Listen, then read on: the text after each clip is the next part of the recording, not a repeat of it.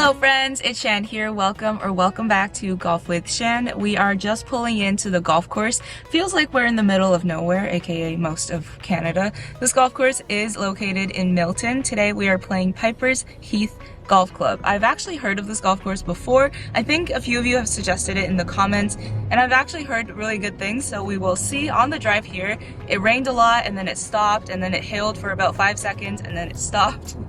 So we will see what we get up to today. It's a late tee time. We're teeing off at 3:40 p.m. Hopefully we'll get through all 18. If not, we'll get through as many holes as we can. Really excited. Let's go.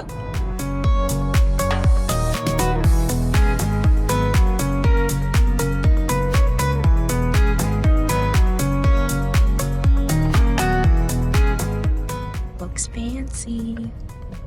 Also, it looks like a links course. Hopefully I brought enough golf balls.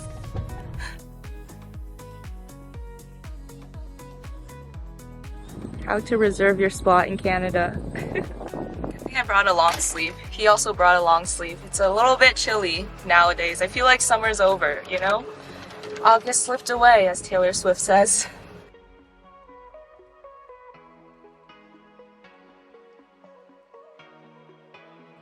Definitely one of the nicest golf clubs I've driven into in Canada. Piper's Heath Golf Club is a link-style golf course located in Milton, Ontario. They have beautiful facilities including a short game area and a driving range that is irons only. It's a shorter range.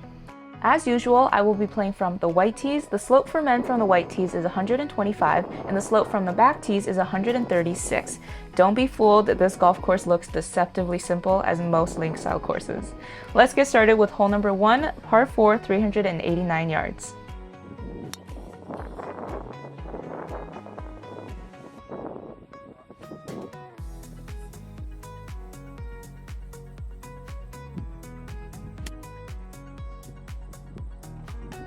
Something to note for golf courses of this style is there's not going to be a lot of water. However, it will be very challenging for 3 reasons that I've noticed. Firstly is the long grass around the holes, and secondly is the bunkers, and then thirdly is the false fronts around the greens. Your short game essentially is going to be where you're going to gain a lot of shots if you are not used to playing link style golf courses. Figure it out next hole.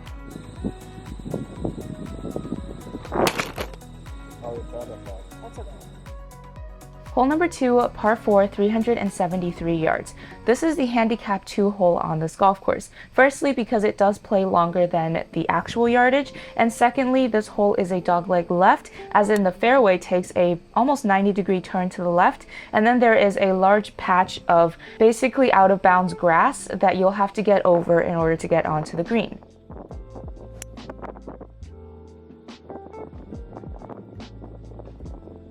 I attempted to go for it, but this shot was a massive hook, so I actually went into this long stuff, and instead of looking for it, I just dropped it where my boyfriend's ball was. This is casual golf, we're not following the rules strictly, but here you can see the long grass that you will have to get over and basically treat it as a hazard.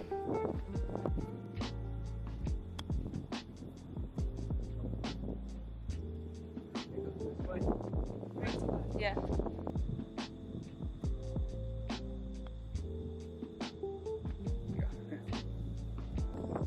Hole number 3, par 5, 471 yards. This hole is pretty much straightforward. Again, you'll just have to be careful of the long grass hazards and some bunkers.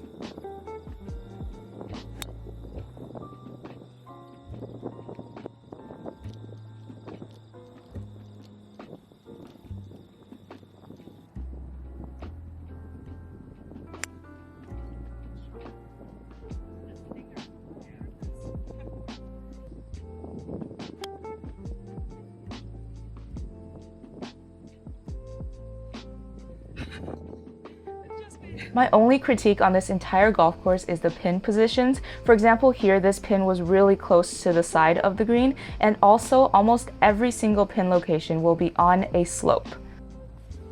Hole number 4, par 4, 375 yards. This hole is a dogleg right, so off the tee you'll want to aim for that solo black tree right in front of me, or maybe go just right of that tree. That is where the fairway is going to be the widest.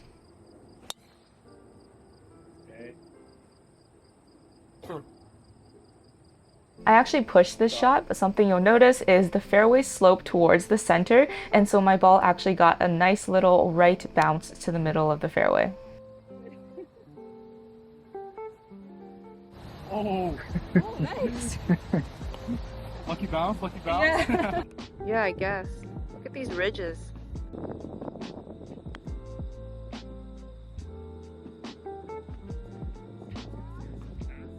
So here's an example of pin placement. This pin was actually put on a slope, and you can see my first putt, if it had been half a foot longer, it would have rolled down. And even here, everyone in our group had our balls in that little cluster because nothing stops where the pin actually was. And then on this putt, as I walked up, the ball actually started rolling back down the hill. That's how you know. All right, hole number 5, par 4, 353 yards. This one is pretty straightforward, so just send it down the middle.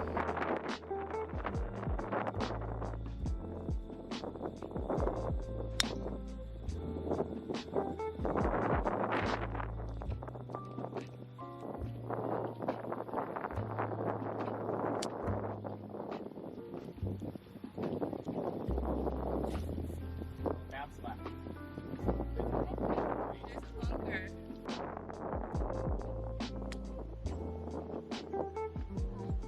One foot from the green.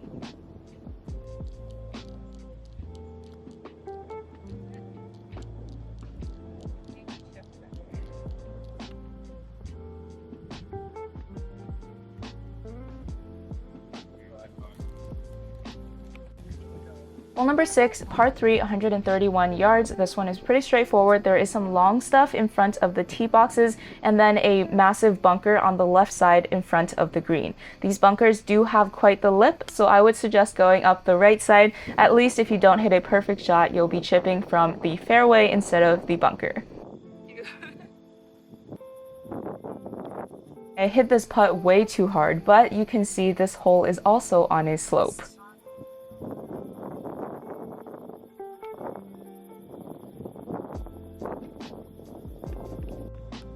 Hole number 7, par 5, 465 yards. Not much to it for your first half of the hole, just have to be careful of bunkers. For the second half of the hole, there is a water hazard.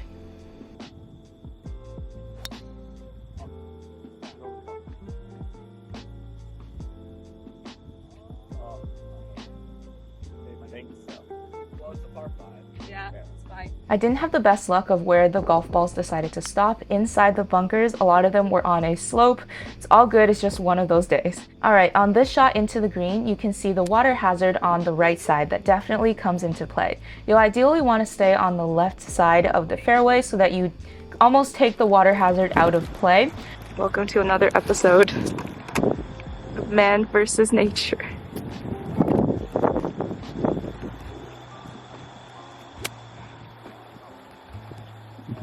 Gents, nothing stops on these greens. There is my ball. If you're not as confident with your wedges or you don't have a lot of spin, I would actually recommend taking out the Texas wedge and putt from off the greens here. Don't let anyone talk you out of it, just do whatever is best for you, because honestly, these greens on some of the holes, I would even putt from off the green.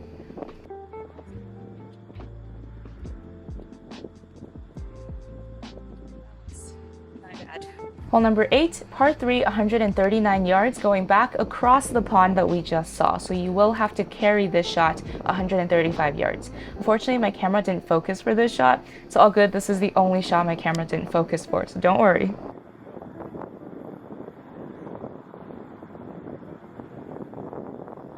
And again, I'm not sure why my ball decided to just stop rolling on the side of a hill. I don't know.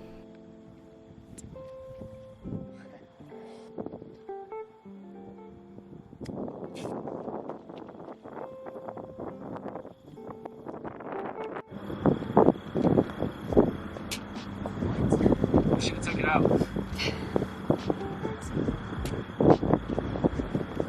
Capping off the front 9 with hole number 9, par 4, 345 yards. This hole again is very straightforward. It's the handicap 18 hole on this golf course, which means it is handicap-wise the easiest hole. Off the tee, you will have to go over this fescue stuff, and then on the other side, there's not really much to worry about, just fairway all the way down to the green.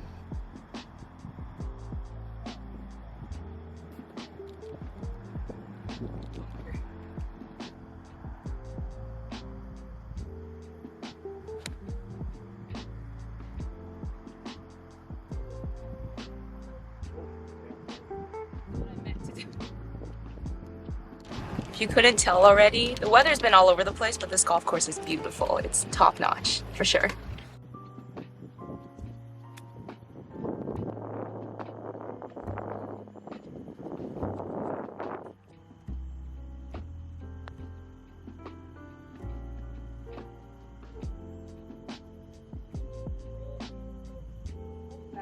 I actually feel like I played pretty well in the front nine. The score is not going to reflect it, but also this is just a very deceptively challenging golf course, if you know what I mean.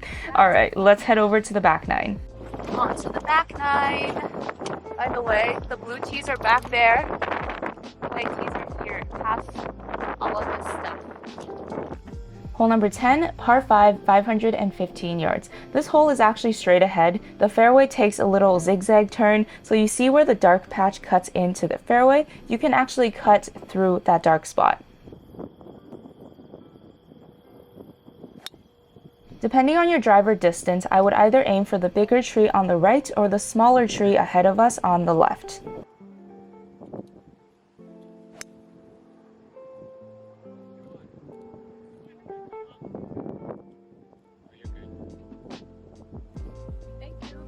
The way we got matching shoes.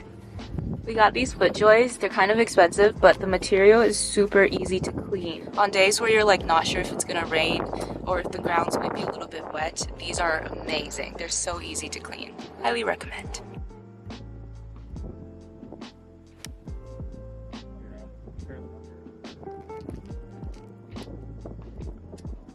The wind took it. Yeah.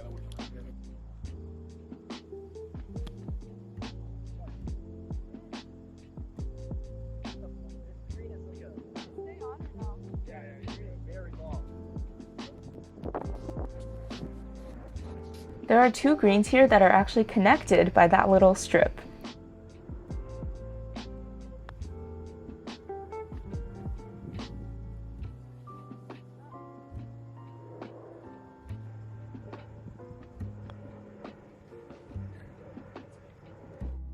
Hole number 11, par 3, 187 yards. Depending on the wind direction, this is a long par 3. However, there's absolutely nothing between the tee deck and the green. So it's actually a very simple par 3.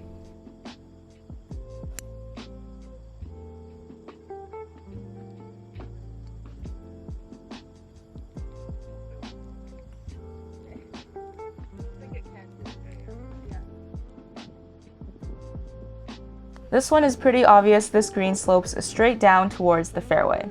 With my new putting setup, I know I still need to work on those longer putts and judging the distance because I'm hitting all of them way too far. Hole number 12, par 4, 345 yards. This hole is a dogleg left, and there is a pot bunker about 200 yards out in the middle of the fairway. So you'll want to stay on the right side of the fairway to get the best shot into the green.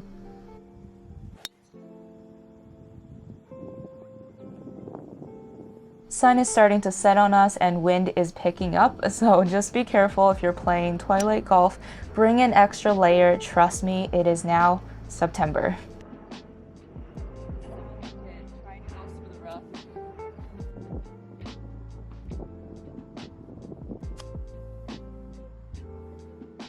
Soft.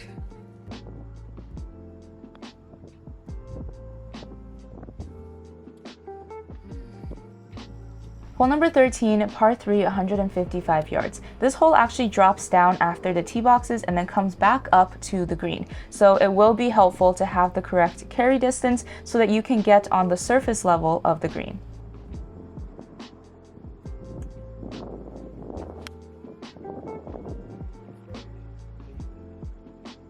Otherwise, you'll end up like me down this slope, which is not a big problem. It's just going to be a more difficult chip.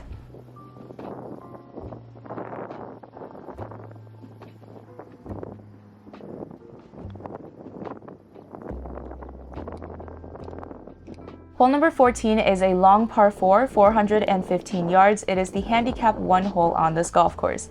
Off the tee, the fairway ends at the 230-yard marker. I decided to take driver anyways, even if I run out of fairway. I figured I would be good to not end up in the hazards, and it turns out I was pretty close. So I would highly recommend to not hit driver off the tee. That being said, you are going to have a longer shot for your second shot into the green, and there is a water hazard on the right side of the green. At golden hour, this angle is actually so beautiful on this beautiful golf course.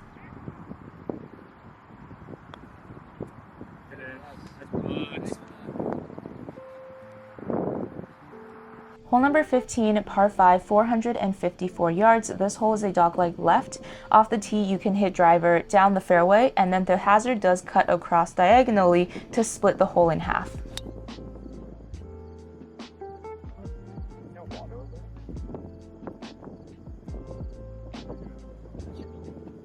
So here you can see the second half of the hole. You do have to go over this patch of longer grass, and then close to the green is just a whole row of pot bunkers. This was actually a perfectly hit 3-wood shot. I was so happy with this. I couldn't really see it into the sun, but I ended up on the fairway on the other side. The sun is like directly in front of us, and trying to look for the ball, I'm getting a headache because I've been like trying to keep my eyes open into the sun. It's not good. There's the sun. It's very close to dropping on us. It hurts my eyes.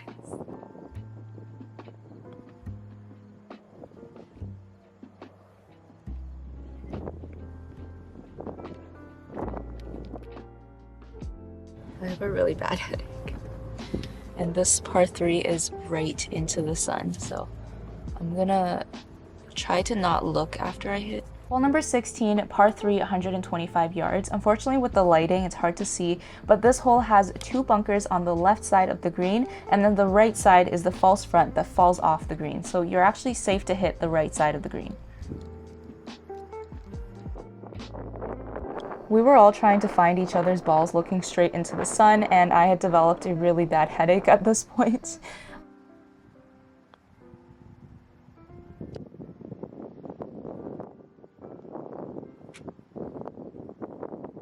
Hole number 17, par 4, 345 yards. I was wondering if the bunkers on the right were, within my drivable distance, and nobody said anything, so I just hit anyways.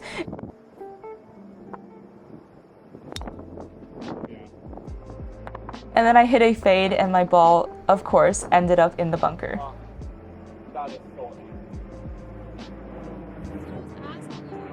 It's just one of those days for me. But anyways, in situations like this, I would take a lob wedge or a sand wedge, so anything with a lot of loft over 56 degrees, and try to hit it back into the fairway. It's all you can do.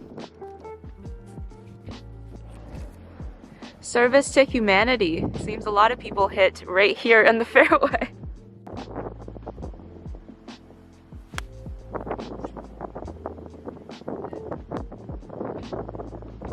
Worked out great. You almost dunked it. What are the odds your ball lands in a divot? It's just missed. I have to clarify, the fairways on this golf course are in immaculate condition. They feel so nice. It's just right here seems to be where everyone's hitting the ball, so there's a lot of divots, but most of the time you're gonna be just fine.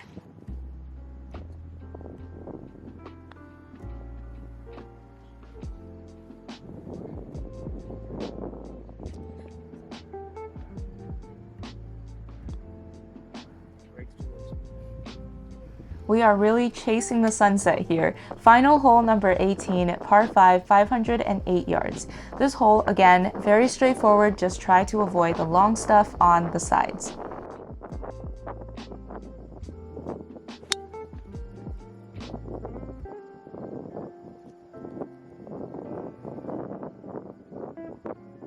Just short of me. Yeah.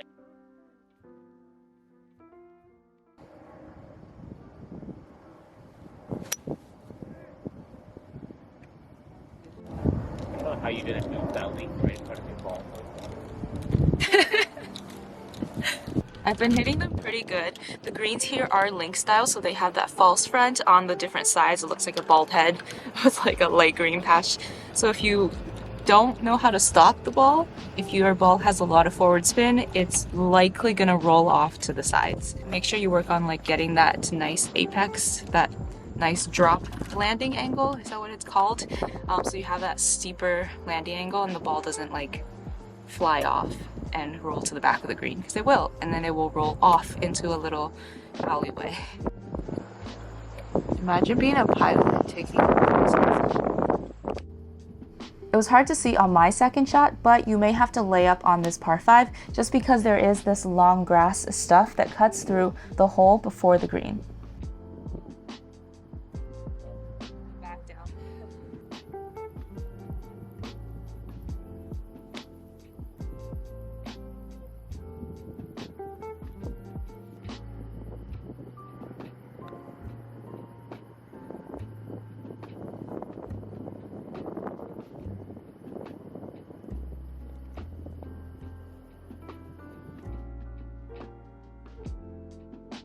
Just finished 18, driving back downtown. Just made it with the sunset, the moon came out. There's still a little bit of sunlight. I would say at this point in the year, 3:30 is probably the latest you should tee up. The good thing with this golf course is I think we finished in regulation pace. So we finished in 4.5 hours, which is amazing. We did have to wait in the front 9 a little bit on every single shot, but not very much. And then I think the group in front just stopped after 9. The back 9 we didn't have to wait at all. It was amazing. This golf course is so pretty. It is definitely link style, not easy. It's very open, which I love. I like an open golf course. You guys know I prefer more water than the high grasses, but it's so well maintained and there's lots of like flower beds. It's really pretty. I have nothing but good things to say. This golf course is just gorgeous. Highly recommend checking out this golf course if you are on the west end of GTA. So anywhere in Mississauga, Oakville, Etobicoke, Milton. I can list off all the neighborhoods, but if you are within like a 45-minute drive to this golf course, highly recommend. It is public. I would try to get a sunset tee time just because it's a little more affordable, although I will say we did pay over $200 for 2 people plus cart. So it is on the more expensive side, but I think it's worth it because it's really one of the most beautiful golf courses I've played around downtown area. Okay, let's talk about the golf course. Excellent condition. I've already said it looks great. The only complaint I have is the greens. So the pin location for almost every single hole was on a slope. And I know it's really hard for the greenskeeper because the greens have so many slopes on them, but it can be a little bit annoying if, you know, even your like 3-foot putts are not straight because the hole is on a slant. So that's the only complaint I would have. Everything else was in excellent condition. Bring some extra golf balls. It is a link style course. Where you're actually going to get a lot of shots is going to be around the greens with the false fronts and all of that. You're not really going to lose as many golf balls because even if you hit it right, you might just end up on the next fairway or something. It's pretty much findable. Be prepared. Your short game needs to be on point and your approach shots into the green need to be on point as well. If you tend to hit the ball and it rolls out a lot, just be careful because nothing will stop on these greens unless you have a good landing angle and your ball has some backspin. So yeah, I played pretty good, hit some really good shots. Putting, the longer putts, I was like not judging the distance correctly, but that's okay. We'll work on that. And yeah, that's pretty much all I had to say. Thank you so much for watching this video. If you enjoyed it, make sure to hit that thumbs up button for me. Comment down below if you have played this golf course before. If you enjoy the link style course, let me know. Don't forget to subscribe to my channel if you haven't already, and I will see you in my next video.